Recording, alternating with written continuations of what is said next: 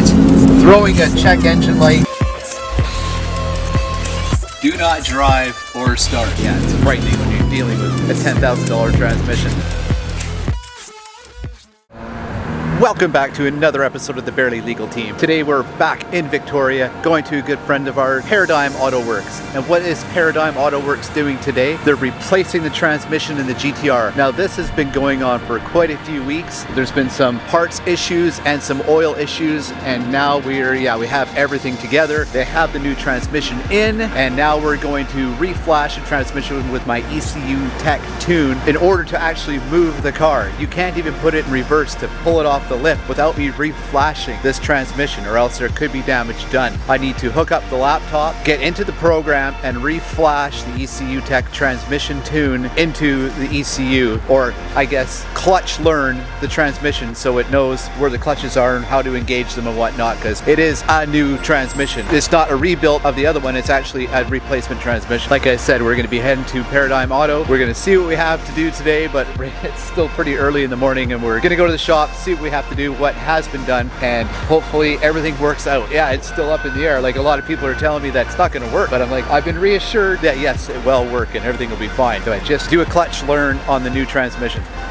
There is the old tranny. See, the differential is directly bolted to the transmission. All right, looks like it is here. It's a little bit dusty for sure, but it's been sitting for almost a month. I guess it has the new transmission in it. You can't really see if it does or not. It's sitting here, and there you can see the old one. It was back on the pallet back there. So the thing to do now would be hook the computer up. First I have to talk to your tech to see if there's any actual oil in the transmission or the differential, but hooking the computer up, reflashing the transmission. But first we have to fire up the engine and let it idle for I don't know how long, but it's going to take a while to heat up the transmission at an idle. That's going to take forever, I guess, but that is what needs to be done first. The transmission has to be up to at least 120 degrees before it is reflashed for the clutches to relearn. I guess I'm not sure why, but it only makes sense that it's up to operating temperature before you relearn the clutches. It looks like I found the old transmission. Here it is. What? It's not it. It can't be it. Is that it? It's not it. Is that it? That's what it looks like? That's $7,000? Wow. Check out this AC Cobra replica. Pretty sick. Pretty nice car. Not really my style. I'd rather have an original. But what's an original AC Cobra worth nowadays? 427's got to be $1 million. Easy $1 million. Check out this sick bet. I'm not sure if it's an LS3. Probably an LS3 in it.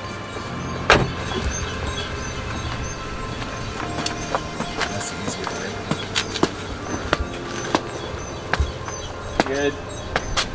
Crank it. Never heard it move around so silently before. It's the new electric GTR 35. So yeah, they're just going to get it up in the hoist. We're going to put the differential oil in, and then we'll be firing it up for a warm-up to reflash the transmission. Rear differential oil, guys. It's a 75W 140 rear differential oil. R35G.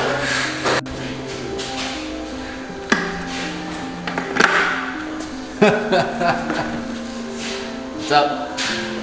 Oh, the joys that it's too low to get on the four-post hoist. They got their methods. They'll get it on. I'm pretty sure I'm not the only one that uses these things. Like, there's got to be some really low cars coming in here.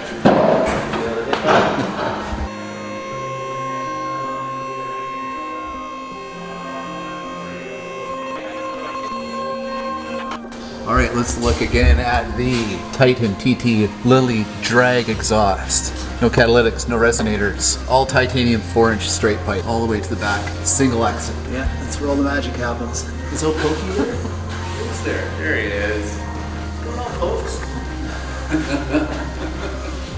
All right, now this is the rear differential hooked up to the drive shafts that go into the rear wheels. This is the valve body. It runs the shift forks through here. A cooler for the transmission cooler. Drive shafts are connected right here. Run up to the bell housing that's underneath this skid plate that powers the whole tranny. So and then you get your secondary drive shaft here that runs the front wheels. Got a little complicated unit. Rear diff. We're putting the rear diff oil in here next. Transmission oil, yeah, the transmission oil has to be put in as well, and that's a process, like, believe it or not. This is how you measure it. When the oil is going through the overflow at 2 drips per second, then that's full enough. I know, right? Ridiculous. That's how they measure it. Highly sophisticated, heavily computered car, and that's how you measure how much oil is in the transmission. 2 drips per second. I think somebody replaced their transmission. Like they went to Nissan. And my transmission's blowing up, and Nissan's like, "Oh, here's a new one, 14,000." That's actually not bad for a brand new from Nissan. Yeah, it's that's Considering right what it now. is. Considering, yeah. Because what a used one's probably more than half that, right? Yeah. All right, once again, the tech just went online to see how to put the transmission oil in. And this is the first R35 dual clutch transmission he's ever done when it comes to installing it and putting oil into it. So yeah, he had to get online and actually make sure exactly how to do it, which is a good idea because you don't want anything going wrong, obviously. Skip the dishes here and everything. It's nice. All right, check out this wicked ass Tesla here. It's got some aftermarket stuff going on. It looks like probably a lowering kit. Carbon fiber, wheels, whatnot. It looks like pretty sweet. Really nice dished wheels. Model S, yeah. 75D, well, whatever 75D means. I'm not a huge Tesla guy, but yeah, they're really, really fast. So I go to hop in to fire the car up and re-flash it, and this is what I find on the steering wheel. Yeah, do not drive or start. That's good advice when it comes to this transmission. You really got to watch it. It's not flashed again with the ECU and my program, so just putting this car in reverse could damage it right now the way it is. We're going to fire it up, we're going to warm up the temperature, and then we're going to re-flash it with the ECU Tech transmission too. This is the doggles cord for the ECU Tech and the program for the car, and it's going to be, there's only 6 liters of oil in this transmission right now. Do I fire it up? Is there going to be a problem because there's not 9 in it? That's the thing. I'm going to have to go over it with the tech to see if that's an issue, but I'm going to hook it up to the computer anyways and see if I can marry it up and it can recognize it. But this transmission does have to be warmed up to 120 before you attempt to do a clutch relearn. So yeah, I'm going to do that right now. Free fair ride in here. Sweet. I'm updating the ECU Tech.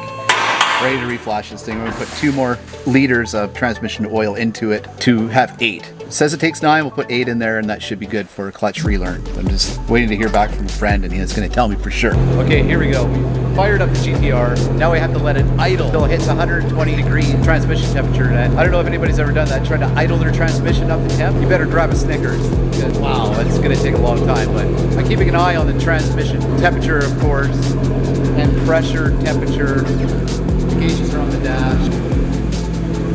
Engine oil pressure. Yeah, it's frightening when you're dealing with a $10,000 transmission and you don't really know exactly what you're doing. You could just fry it like that, and it's absolutely terrifying. Okay, here we go.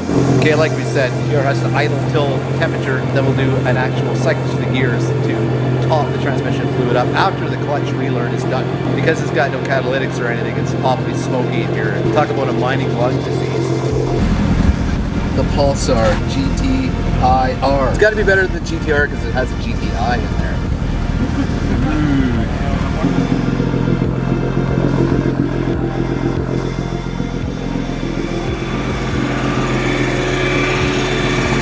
The actual drive shaft is turning at all times into the transmission. That's what eats it up.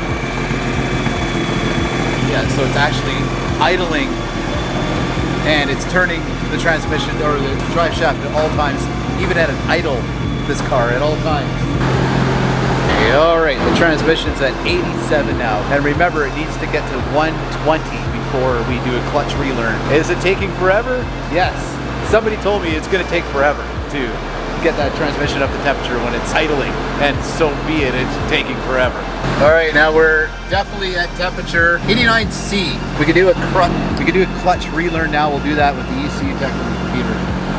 So here we go. Clutch relearn was successful. We waited till at least 90 degrees Celsius is what we waited till to do it. Good thing, it's definitely hot enough to relearn the car. The car was happy with the relearn. It was successful. Now we're gonna put the car back up and check the level of the transmission oil once it's hot. It may be too much, it may not be enough, but I think we're almost dead on. It takes about 6 to 7 liters. Yeah, so far so good. I think there's still a transmission warning light on the dash, and that's just a code that needs to be cleared. Yeah, that's it. We're gonna let it cool down now and check the actual oil in the transmission here. It's super hot. It needs to let it cool down, and then we can check it.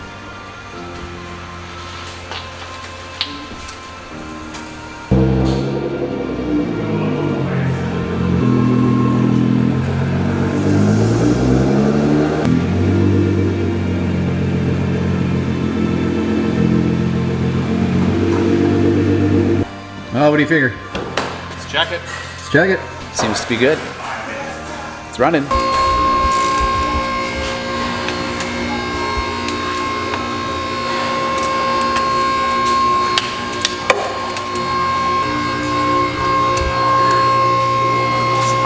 the ones that you have to leave running to fill it. All right, that looks like it's it. That's the right amount of fluid in the transmission. When it's 50 degrees Celsius, 50, and then the transmission fluid was a little bit much in there, but it drained out about a couple hundred mils. That's it. It was a pretty good guess, but we were pretty much dead on. And now the level of the oil is perfect for the transmission. The differential oil is in there, and I guess the car is ready to go. Nothing left to do now but take it for a test drive. All right, guys, there's the old transmission in the back of the Xterra. We managed to get it in there. It's pretty heavy. It's over 300 pounds, so it's in the back. It's my work gear with it. And we're off back to town. We're out of Paradigm Auto. Thanks Jesse, the tech at Paradigm Auto, for his awesome work with the GTR. It's up and running. It's working, and we'll drive it back to my hometown. And once again, shout out to Paradigm Auto Works. Great job, guys.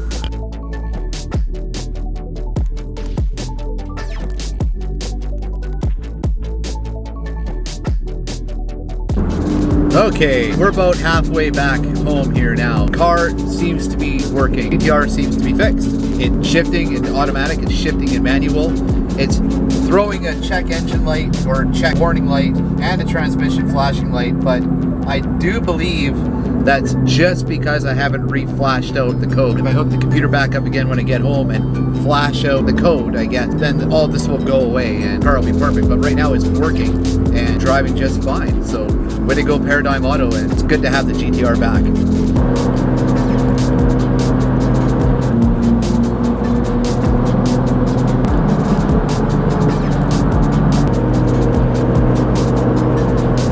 Alright guys, we made her back to our hometown. The GTR ran flawlessly. The new transmission in the GTR seems to be running fine.